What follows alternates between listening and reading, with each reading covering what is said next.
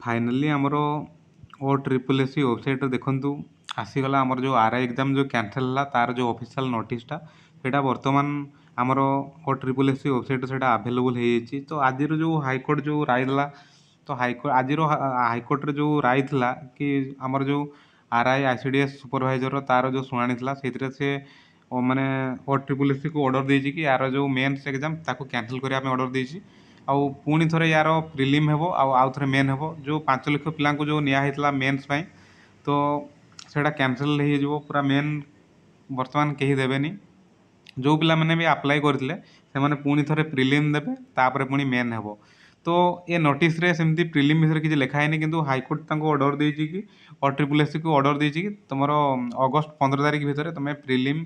exam date माने निर्धारित करो तापर पिलानकु जणाओ आउ